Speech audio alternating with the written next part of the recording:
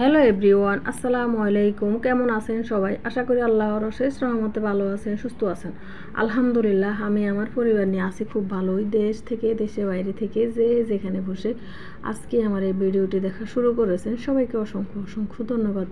নতুন দিনে নতুন একটা সকাল থেকে ভিডিওটা অন করলাম আর আপনাদের মাঝে হাজির হয়ে গেলাম। আমি পারভিন সুলতানা, বাংলাদেশ থেকে। সকালবেলা ছেলে কিন্তু লেখাপড়া করে বই খাতা এলোমেলো করে রেখে দিয়েছে। এগুলো ঠিক করে রাখলেও পরে কিন্তু আবার একটু পরে আসবে, বলবে আমার খাতা কলম কই, আমি একটু লেখাপড়া করব। তো লেখাপড়া করবার কথা বলে কিন্তু বসে বসে কাগজ ছিঁড়ে কেচি দিয়ে, তারপরে কেচি দিয়ে কাগজ কাটে, হাত দিয়ে ছিঁড়ে কাগজ ছিঁড়ে এটা ওটা বানাতেই থাকে। তো বাচ্চারা ঘরে থাকলে ঘর কিন্তু এলোমেলো হয়ে থাকে, সবসময় কিন্তু গুছিয়ে রাখা সম্ভব হয় না। আর ঢাকা শহরে আসি কিন্তু এলোমেলো থাকলে ভালো লাগে না। গ্রাম অঞ্চলে কিন্তু অনেক ধুলোবালি কাদামাটি থাকে, তারপরেও কিছুটা কিন্তু সয়ে যায়। কিন্তু গ্রাম অঞ্চলে দেখা গেছে একটু ধুলোবালি হলেও যেন অনেক ময়লা লাগে, এমন হয়। তো টেবিলটা ক্লিন করে নিতেছি।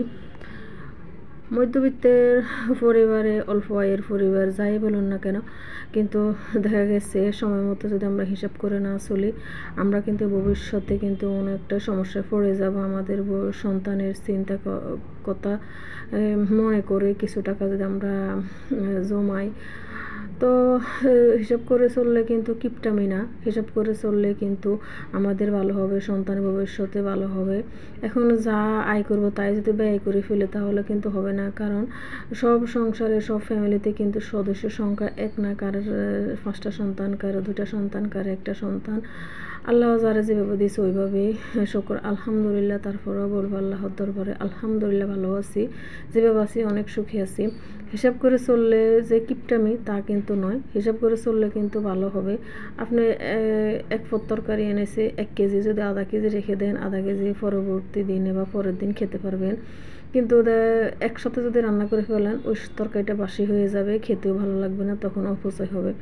তো এটা হিসাব করে চললে কিন্তু ভালো, খেতেও ভালো লাগবে এবং অপচয় হলো না। আর কিপটামি হলো আপনার টাকা পয়সা আছে কিন্তু আপনি কিন্তু মন মতো খাবেন না, খরচ করবেন না, তখন ওই টাকা কিন্তু আপনার পেটে যাবে না। কিপটামি করে যদি রেখে দেন, কিপটামি করে খাবার কম খাবেন, দেখা গেছে প্রয়োজনীয় জিনিসটা না কিনবেন, ভাঙ্গাচোরা ব্যবহার করবেন, ছিঁড়া কাপড় পরিধান করবেন, এটা হলো কিপটামি। তো কিপটামি করে রেখে দিলে ওই টাকা কিন্তু আপনার পেটে যাবে না। এই জন্য বলি, আপনার পেটে খিদে আছে কিন্তু আপনি খাবেন কম, কম খাবেন, আবার কিন্তু অসুস্থ হয়ে যাবেন।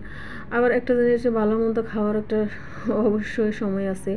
যেমন সিজনিং ফল এখন অনেক জায়গায় পাওয়া যায়, সব কিছু কিন্তু খাওয়া ভালো স্বাস্থ্যের জন্য। তো অনেকে কিন্তু কিপটামি করে কিনেন না, কিপটামি করে না কিনে যে টাকাটা জমান, ওই টাকা কিন্তু আপনার দেখা গেছে একদিন অসুস্থ হয়ে যাবেন, না খেতে খেতে, অল্প পরিমাণ খেতে খেতে অসুস্থ হয়ে যাওয়ার পরে কিন্তু আপনার ডাক্তার কাছে যেতে হবে। ডাক্তার তখন আপনার এতগুলো একটা টেস্ট ধরিয়ে দিবে, ওই টেস্টগুলো করতেও কিন্তু আপনার টাকা খরচ হবে। আবার ওষুধ কিনবেন, রিপোর্ট দেখে ডাক্তার ওষুধ দিবে, ওগুলো কিনতে কিন্তু টাকা লাগবে। ডাক্তারের ভিজিট তো আছে, তারপরে যাতায়াতের ভাড়া অবশ্যই আছে। তো চিন্তা করলাম, হিসাব করে চলা মানে কিপটামি নয়, অবশ্য কিপটামি নয়।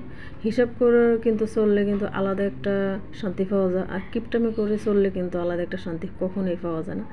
আজকে কিন্তু সকালবেলা থেকে অনেক রোদ উঠেছে, অনেক ভালো লাগতেছে। যে আশেপাশে ছাদ দেখতে পাচ্ছেন, আমি জানালা দিয়ে দেখাইতেছি, সবাই কিন্তু খুশি, রোদ দেখে অনেক জামা কাপড় রোদ দিয়ে দিয়েছে। আমিও ভাবছি আজকে কিছু জামা কাপড় দিব। তা আমি যে বাসায় থাকি ওই বাসায় যে উপরে উঠলাম আমার ছেলের কয়টা ফ্যান নিয়ে, তো ফ্যান রোদ দিব আর চারিদিকে একটু ভিডিও করে নিতেছি। অনেক রোদ ঝলমলে, কয়েকদিন বৃষ্টি হয়েছে কিন্তু ভালো লাগে নাই, একদম শরীর মন কোনো দিক দিয়ে ভালো ছিল না। চারিদিকে পানি, ঘর থেকে বা বাসা থেকে বাইর হইলে রাস্তার মধ্যে পানি, ঘরের ভিতর কেমন জানি লাগতো, যতই পরিষ্কার করে রাখি না কেন। বৃষ্টির সময় কিন্তু একটানা এতদিন বৃষ্টি হলে কিন্তু ঘর ভালো লাগে বলেন তো? এখন তো আমরা শহরে আছি, কিছুটা ভালো থাকি, তারপরেও কিন্তু যারা গ্রামে আছে মোটেও ভালো নেই। কাদা মাটি বৃষ্টি, ছোটো বাচ্চাদেরকে নিয়ে অনেক সমস্যায় আছে। গোসল করানোর পর যে জামা কাপড় ধোয়া হয় ওগুলো কিন্তু সহজে শুকায় না, তখন কিন্তু অনেক বিরক্তকর। জামা কাপড় ভরা থাকে গ্রাম অঞ্চলে, শুকায় না কিছু না। আর ঢাকা শহরে আমরা আছি, একটু ফ্যানের নিচে দিলেই কিন্তু অনেক সময় শুকিয়ে যায়। তো এইভাবে কিন্তু আমরা এই কয়েকদিন কাটিয়েছি বৃষ্টির মধ্যে। আর এখন রোদ উঠেছে দেখে সবাই তো অনেক খুশি। রোদের মধ্যে জামা কাপড় শুকাতে পারলে বা ওই কাপড় যদি পরিধান করি অনেক আরামদায়ক হয়। আর ঘরের ভিতরে যত রকমই আমরা জামা কাপড় পরি না কেন অতটা কিন্তু শান্তি লাগে না, এটা কিন্তু সত্যি কথাই। তো আমার সাথে এমন হইতেছে, আপনার মনে হয় হয়তো অন্যরকমও হতে পারে। তো আজকে তো অনেক কথাই বলে ফেলছি, যারা এই পর্যন্ত আছেন অবশ্যই যদি মনে কষ্ট পেয়ে থাকেন ক্ষমা সুন্দর দৃষ্টিতে দেখবেন।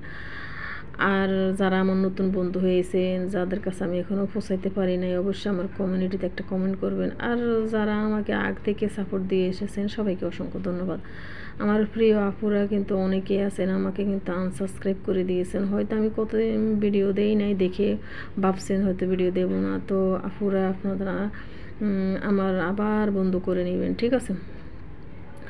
তো অল্প আয়ের পরিবারে বললাম যে হিসাব করে চলাই ভালো, কিন্তু কিপটামি করা আর হিসাব করে চলা কিন্তু একদম একটা কথা নয়। তো আজ এখানে বিদায় নিব, সব ভালো থাকবেন। আসসালামু আলাইকুম।